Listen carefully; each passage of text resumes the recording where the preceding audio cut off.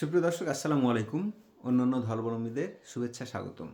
এই চ্যানেলটি নতুন একটি চ্যানেল, আপনাদের সাবস্ক্রাইব করে সাথে থাকার জন্য অনুরোধ রইল।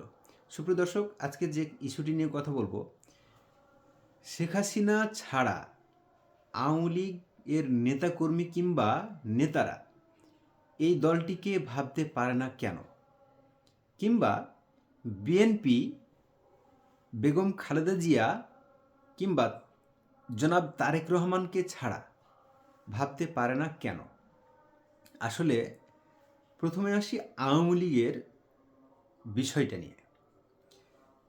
আওয়ামী লীগ সভানেত্রী যখন এই দেশে আসলেন, তার যখন প্রত্যাবর্তন হইল আর কি, অর্থাৎ ৭৫-এর পরে, তো ৭৫ পরবর্তী অবস্থায় প্রত্যাবর্তনের পরে আওয়ামী লীগ যখন এই দেশে আসলো, এদেশে আসার পরে যখন দায়িত্বভার সভানেত্রী হিসেবে যখন উনি দায়িত্ব গ্রহণ করেন আওয়ামী লীগের, তখন ওনার প্রতি মানুষের একটা সিম্প্যাথি তৈরি হয়। সিম্প্যাথি থেকে উনি রাজনীতিতে আস্তে আস্তে সক্রিয় হন এবং রাজনীতিটা আসলে উনি শিখেও গেলেন।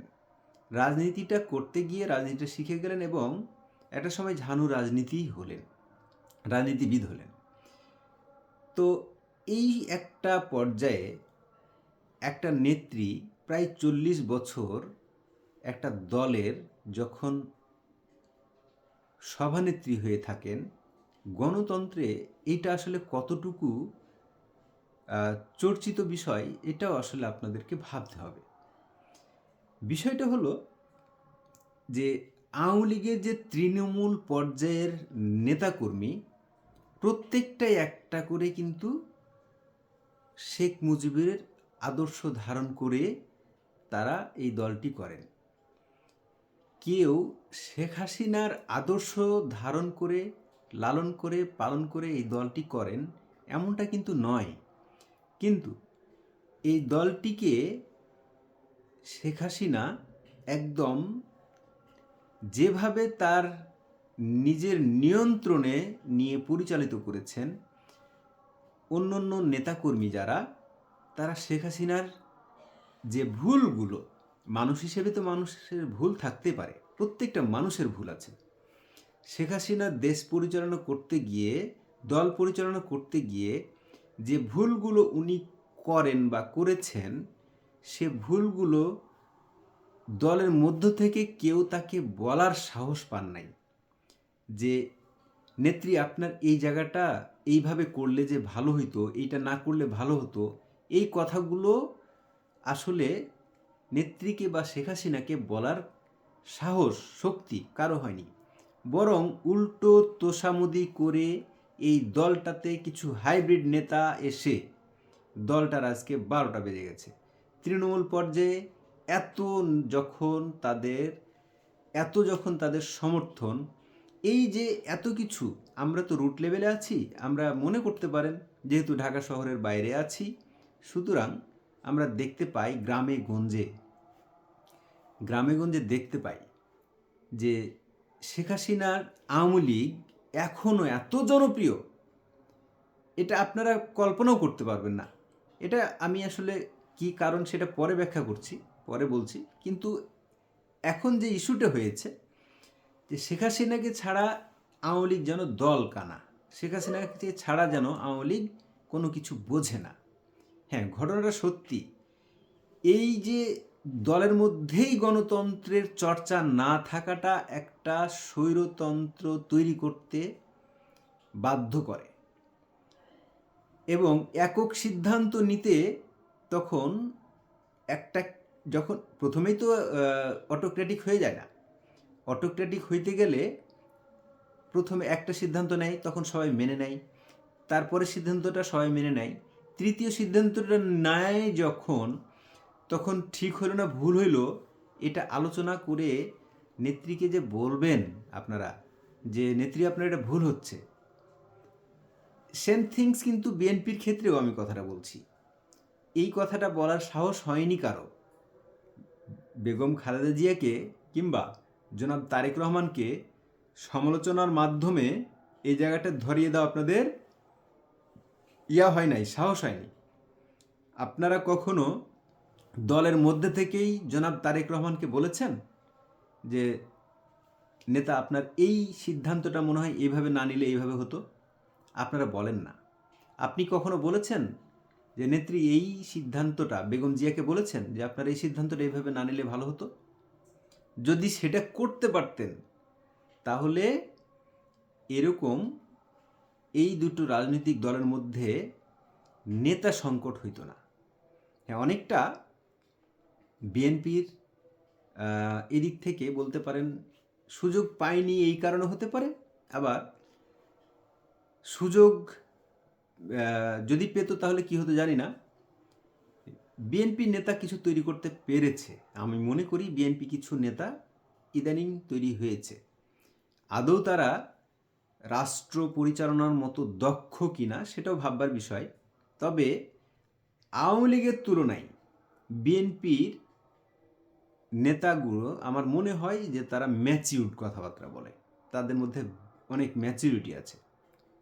তো বাই দ্য ওয়ে, এই যে মানে আওয়ামী লীগের মধ্যে একক একটা নেতৃত্ব তৈরি হওয়ার প্রবণতা, এই বিষয়টাকে শেখ হাসিনাকে একদম অটোক্র্যাট তৈরি করে ফেলেছে, অটোক্র্যাটিক লেডি হিসেবে তৈরি করে ফেলেছেন। এটা হইতে গিয়ে আওয়ামী লীগ দলটার ক্ষতি অনেকটাই হয়েছে। এখন করণীয়টা কি? আওয়ামী লীগকে আবার কেন শেখ হাসিনা নির্ভর হতে হচ্ছে? আসলে আমি আমার ক্ষুদ্র চিন্তাধারায় আমি যেটা চিন্তা করেছি, শেখ হাসিনা যে চাচ্ছেন যে উনি ক্ষমতায় থাকবেন, উনি এই দলটার সভানেত্রী থাকবেন, নট লাইক দিস। উনি যে জিনিসটা এখন চাচ্ছেন উনি নিজেও জানেন বাস্তবতা বড়ই কঠিন। উনি খুব ভালো করেই জানেন যে উনি যদি আবার ক্ষমতায় ফিরতে চান ওনার বয়স তাকে সাপোর্ট করবে না, এবং যে সময়টা যাচ্ছে এই সময়টার মধ্যে দিয়ে ওনার রাজনীতি করাটা খুবই দুরূহ ব্যাপার। সুতরাং উনি যে বিষয়টা চাচ্ছেন, আপনারা সবাই বলছেন, অনেকেই বলছেন শেখ হাসিনা কেন এখনও সেই আগের স্টাইলেই কথাবার্তা বলছেন।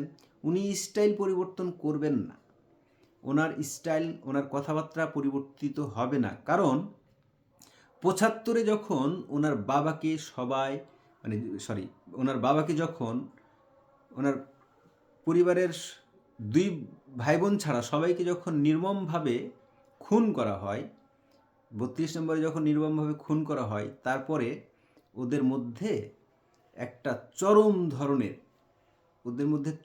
ধরনের একটা ভিতরে একটা ক্রোধ তৈরি হয়। এই ক্রোধটাই তাদের ক্ষমতায় আসার পরে বিভিন্ন কথাবার্তায় বিভিন্ন সিদ্ধান্ত নিতে অনেক সময় এই ক্রোধগুলো বের হয়ে আসছে, যেখান থেকে একটা রাজনৈতিক ব্যক্তি বা একটা লিডার তৈরি করতে এই আওয়ামী লীগ দলটি বিশেষ করে পারেনি। এখন শেখ হাসিনা যেটা চাচ্ছেন, আমি মনে করি, আমি চিন্তা করে পাই যে শেখ হাসিনা যেটা চাচ্ছেন উনি হয়তো নাও থাকতে পারেন, কিন্তু উনি এই দলটাকে এখন চাঙ্গা করছেন। উনি দলটাকে চাঙ্গা করে দলটাকে উনি উজ্জীবিত করছেন। উনি পুনর্বাসিত হতে চাচ্ছেন না, দলটাকে পুনর্বাসন করতে চাচ্ছেন। উনি কাউকে যে দায়িত্ব দিবেন, উনি দায়িত্ব দিতে চান। এখন উনি যে দায়িত্বটা দিতে চান, দায়িত্বটা দিবে কাকে? এখন যদি উনি চুপ থাকেন, এখন যদি উনি ভালো নেত্রী হোক আপনাদের কাছে বা খারাপ নেত্রী হোক, যাই হোক, উনি যদি এখন চুপ থাকেন তাহলে কথাটা বলবে কে? কথা বলে এই দলটাকে এগিয়ে নিতে হবে, কে বলবে কে? তাহলে তো ওনাকেই বলতে হচ্ছে কথা, ওনাকে বলতে হচ্ছে। যতদিন পর্যন্ত একটা নেতা তৈরি না হয়, একটা নেতার উপরে যখন এই এত বড় একটা দলের দায়িত্ব না দেওয়া, দায়িত্ব দিতে পারার মতো যখন চিন্তা করা যায় যে হ্যাঁ এই লোকটিকে বা এই লোকগুলোকে আমি এই এখন এত বড় একটি দলের দায়িত্ব দিলাম, তখন এই দলটা পুনর্গঠিত হতে পারে, হবে না হওয়ার কোনো সম্ভাবনা নাই। কারণ হলো কি, বাংলাদেশ অনেক ঘটন অঘটন প্রতিবেশী একটা দেশ। এখানে রাজনৈতিক প্রেক্ষাপট অনেক কিছুই দেখেছি।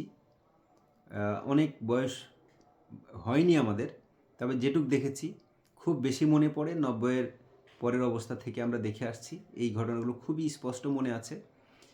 এই 90-এর পরের অবস্থা থেকে যেগুলো দেখেছি সেগুলো নিয়েই বলছি যে আওয়ামী লীগ এখন নেতৃত্ব সংকটে ভুগছে। এটার জন্য আওয়ামী লীগ নিজেই দায়ী, এবং আওয়ামী লীগ এটা কখনোই করেনি যে একটা নেতা তৈরি হোক। একটা নেতা তৈরি করতে দেওয়া হয়নি, তারা সবাই তোষামোদি করে গেছেন। এই দেশে এখনও আওয়ামী লীগের যারা দুর্নীতিবাজ লুটেরা, এই যে এতদিন আপনারা চেটেছেন পুটেছেন, আপনাদের অবস্থা, আপনাদের কারণেই এই দলটার অবস্থা আজকে এই অবস্থায়।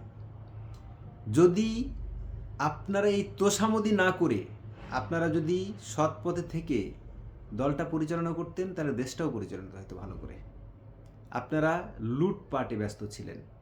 আপনারা লুটপাট না করে এই দলটা স্বাধীনতা যুদ্ধে নেতৃত্ব দানকারী একটি দল, যাদের অস্তিত্ব সংকট আজকে ভূলণ্ঠিত হতে বসেছে, যাদের অস্তিত্ব সংকট আজকে এই বাংলাদেশে, যারা কিনা ৭১-এ স্বাধীনতা যুদ্ধে নেতৃত্ব দানকারী দলটি আজকে অস্তিত্ব সংকটে। এটা কি মেনে নেওয়ার মতো অবস্থা? হ্যাঁ, বাস্তবতা হচ্ছে এটাই বাস্তবতা। এটাই এখন বাস্তবতা। এখন আওয়ামী লীগকে যদি পুনর্গঠিত হতে হয়, তাহলে পরিশোধিত রাজনীতি করতে হবে। তৃণমূলে যারা একেবারে শিক্ষিত কিছু মানুষ আছে, যারা কিনা কোনো স্বার্থ